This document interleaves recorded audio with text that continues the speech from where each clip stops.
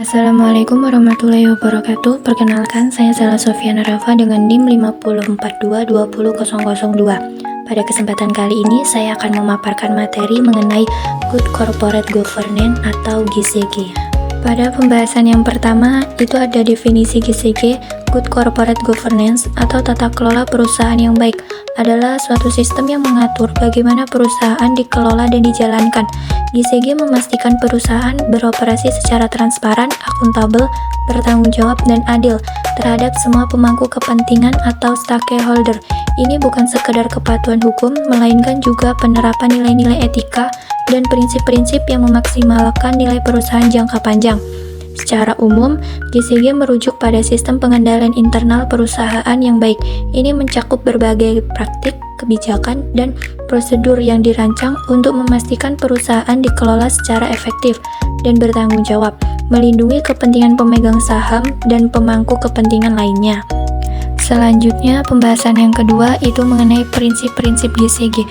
Ada beberapa prinsip utama GCG yang umumnya diakui meliputi 1. Transparansi, yang mana perusahaan harus terbuka dan jujur dalam memberikan informasi yang relevan dan akurat kepada semua pemangku kepentingan, termasuk pemegang saham, karyawan, pelanggan, dan masyarakat umum. Informasi ini mencakup laporan keuangan, strategi bisnis, dan kebijakan perusahaan. Keterbukaan ini membangun kepercayaan dan meningkatkan akuntabilitas. 2. Akuntabilitas, di mana setiap individu dan entitas dalam perusahaan bertanggung jawab atas tindakan dan keputusan mereka. Mereka harus dapat mempertanggungjawabkan kinerja dan keputusan mereka kepada pemangku kepentingan yang relevan. Sistem pengawasan dan pengendalian internal yang kuat sangat penting untuk memastikan akuntabilitas. 3. Pertanggungjawaban atau responsibility. Prinsip ini menekankan kewajiban direksi dan manajemen untuk menjalankan tugas dan tanggung jawab mereka secara efektif dan efisien demi kepentingan perusahaan dan pemangku kepentingan. 4. Kemandirian atau independensi, di mana dewan direksi dan komisaris beroperasi secara independen, bebas dari pengaruh pihak lain yang dapat menghambat pengambilan keputusan yang objektif. Dan yang terakhir ada kewajaran dan kesetaraan atau fairness, di mana perusahaan harus memperlakukan semua pemangku kepentingan secara adil dan setara. Tidak boleh ada diskriminasi atau tindakan yang merugikan salah satu pihak. Selanjutnya, pembahasan yang terakhir itu mengenai tujuan penerapan GCG. Ada beberapa penerapan GCG bertujuan untuk yang pertama, meningkatkan nilai perusahaan, di mana GCG membantu memaksimalkan nilai perusahaan jangka panjang dengan meningkatkan kepercayaan investor dan stakeholder. Yang kedua, meningkatkan kinerja perusahaan. Dengan transparansi dan akuntabilitas, kinerja perusahaan menjadi lebih efisien dan efektif. Yang ketiga, memastikan keberlanjutan perusahaan. GCG membantu perusahaan untuk beradaptasi dengan perubahan lingkungan bisnis dan mempertahankan daya saing jangka panjang. Keempat, membangun kepercayaan.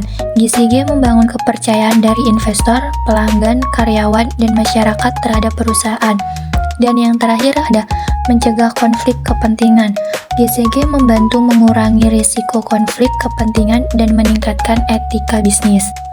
Kesimpulan yang dapat diambil dari materi tersebut, GCG merupakan suatu kerangka kerja yang komprehensif untuk mengelola perusahaan secara efektif dan bertanggung jawab. Penerapannya membutuhkan komitmen dari seluruh jajaran manajemen dan karyawan, serta keterlibatan aktif dari para stakeholder. Keberhasilan penerapan GCG akan berdampak positif pada kinerja keuangan, reputasi, dan keberlanjutan perusahaan.